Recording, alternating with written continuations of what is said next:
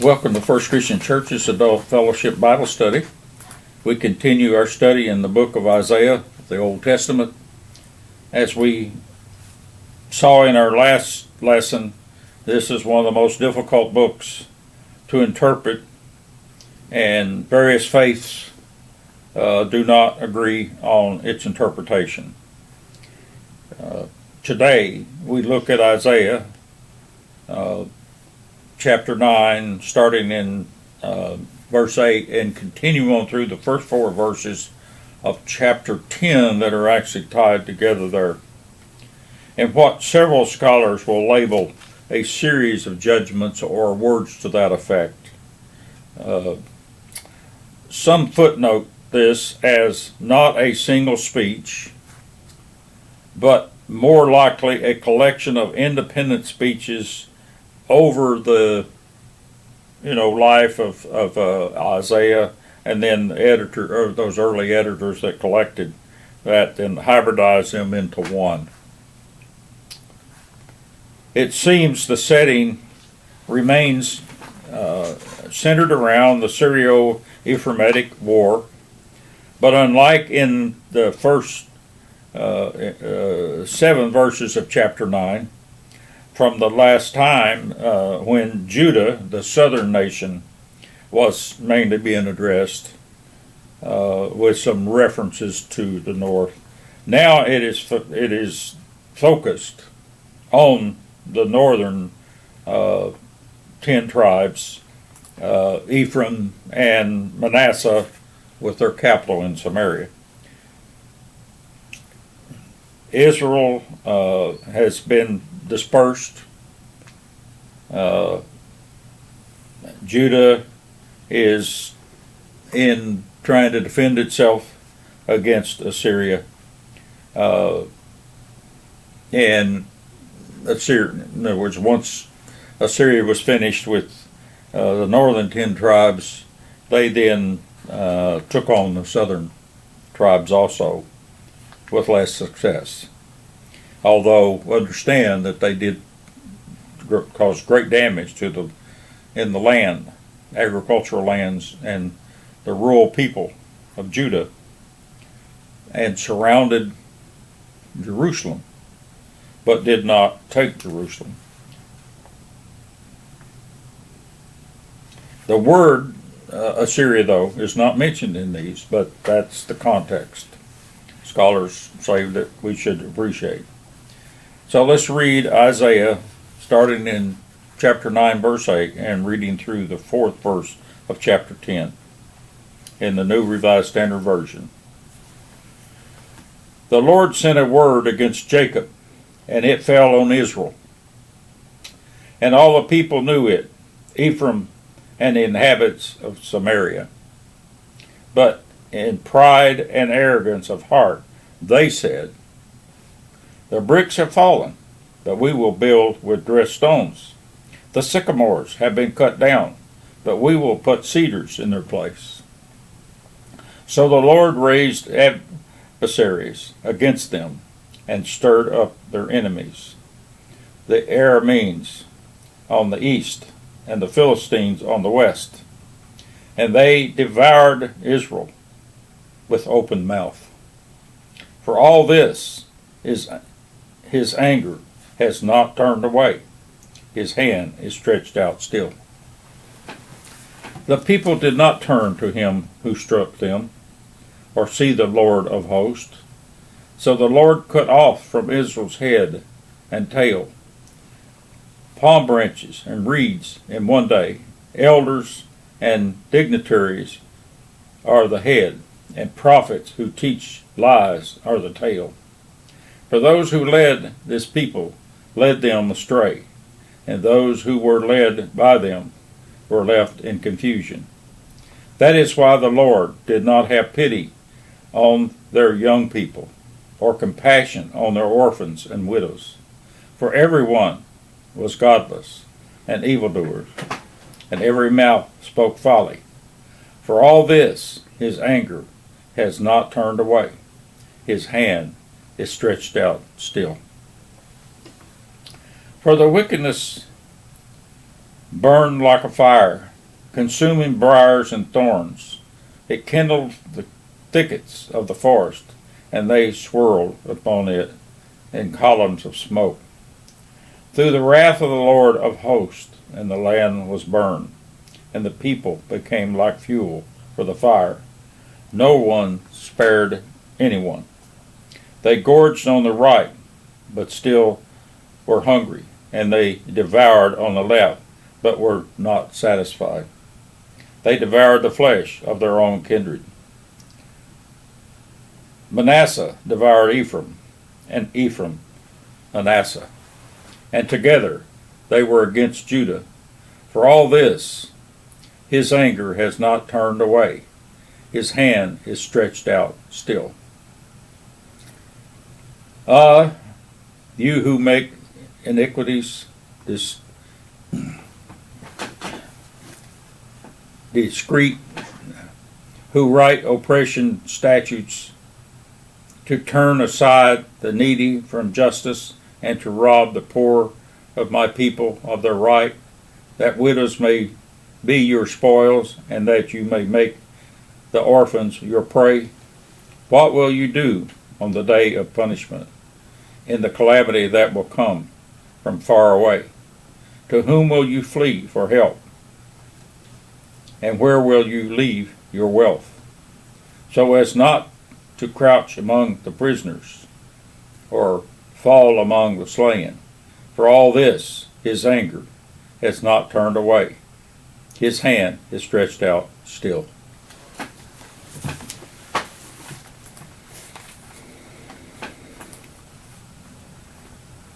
Tough wording.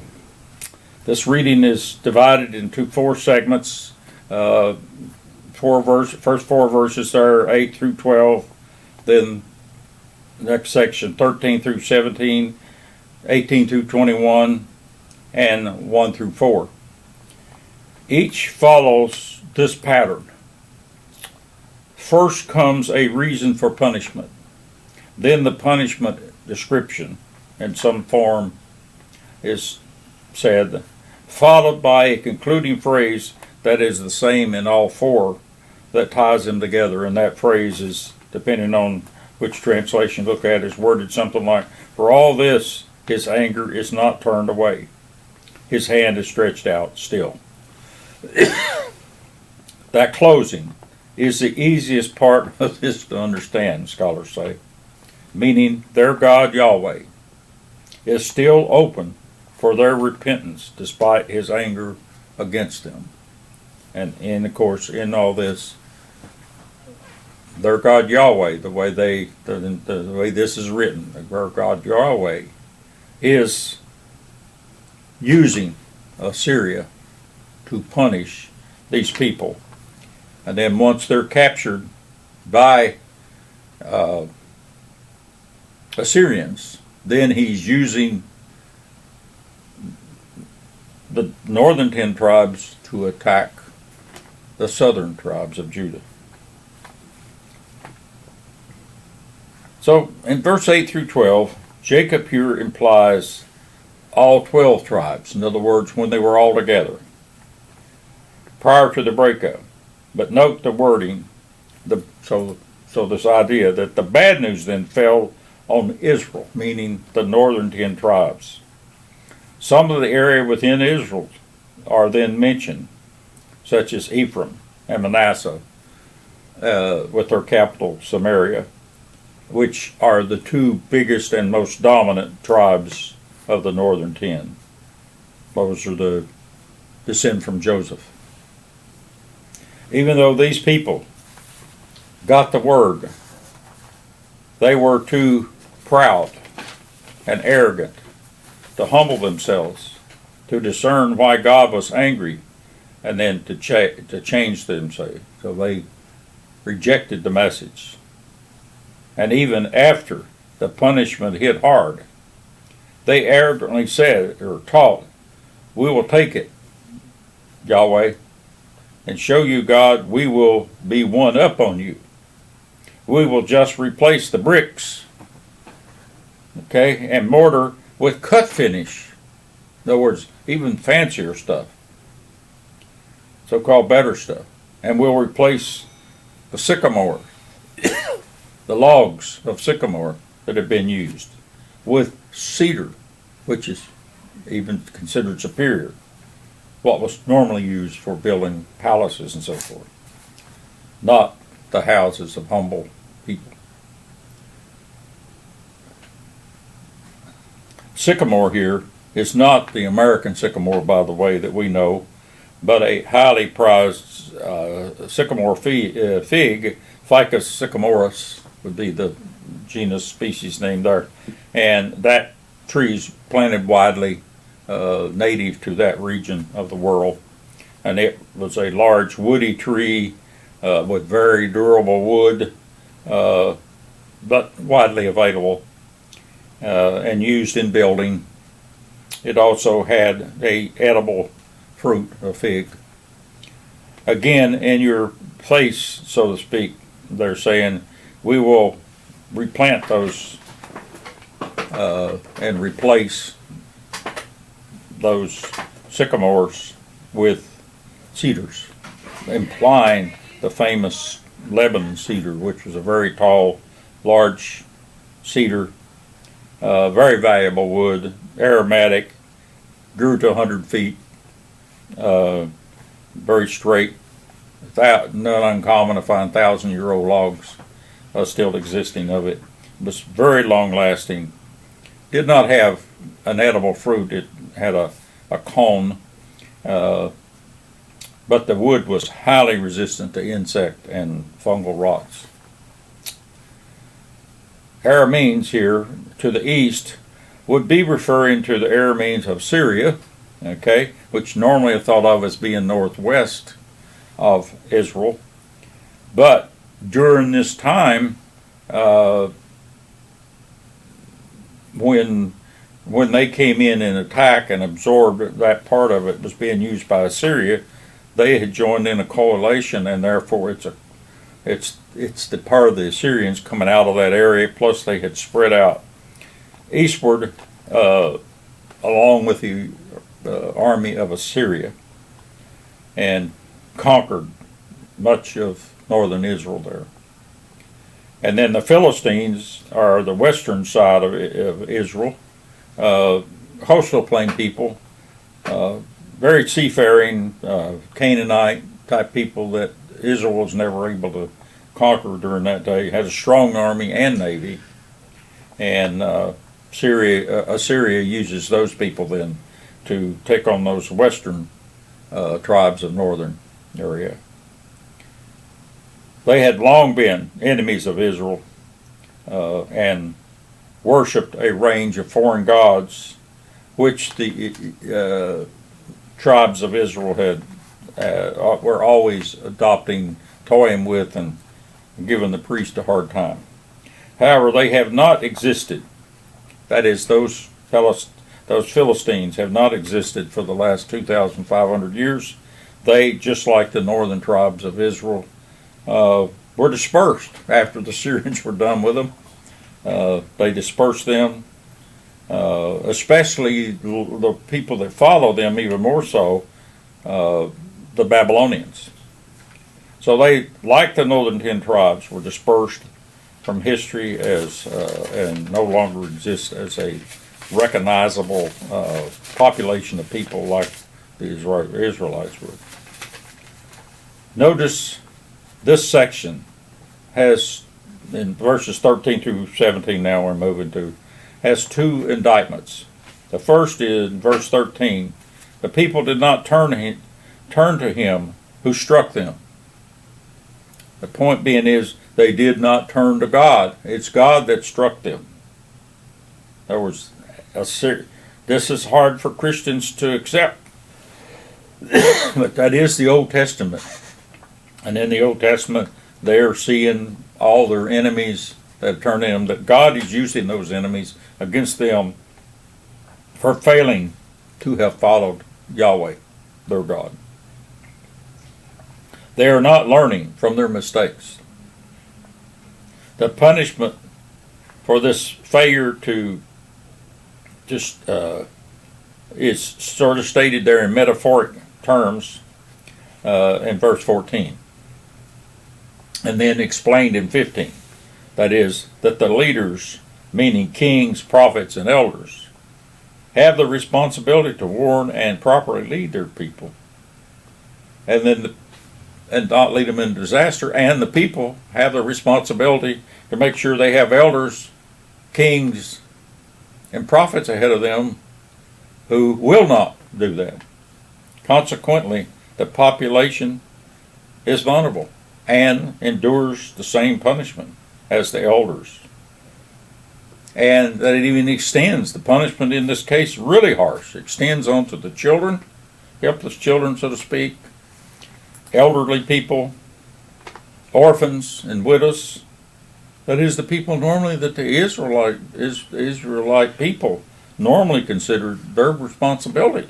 After all, in their whole worship system, the second tithe was used. The third tithe. That third tithe year. I mean, you have to realize these people had 3 tithes placed upon them, and that third tithe, and that which was every third year, that extra tithe in the third year was used for the very care of sort of the welfare system. So they showing no pity. God's showing no pity on even those people. They too are handled as godless and treated as such, and implied here that they themselves had become that type of people. So they're deserving of the punishment. One preaching scholar that I noted, he had a line in his that I kind of liked. He said, "Hey, God's cleaning house here." Hopefully, a new generation will emerge from the few survivors then that remain that will follow God. That seems to be the hope. This is a very hard theology for modern Christians to discern, notes Dr. Gene Tucker at Emory. He notes that as he teaches in the Southern University, people coming out of the Bible Belt, they just have a real hard time even beginning to think this. But it is what's here, he said, in Isaiah, which was at a different time and for different people and a different place and reason. It is not New Testament scripture. Verses 18 through 21. The start of verse 21 makes it clear this harsh treatment concerns the northern kingdom of Israel, made up primarily of Manasseh and Ephraim, the dominant tribes of the 10. They had turned against Judah, and thus God is punishing them harshly. The metaphoric analogy used here uses wildfire, and that is timely for us here with all the wildfires that we've been having in the West over the last several years. We have become familiar from the news with how wildfires consume things, that the underbrush becomes the fuel to take out the big stuff. That's the analogy that's being used here. In other words, the brush, the underlings of society, catch on fire and cause the big stuff, to everything in its path, to be destroyed. These invading armies operate the same way. Plus, ancient armies used raging fire to destroy their enemy. So, some people look at this and say, yeah, this is metaphoric, but it's also reality for that day and time. Nothing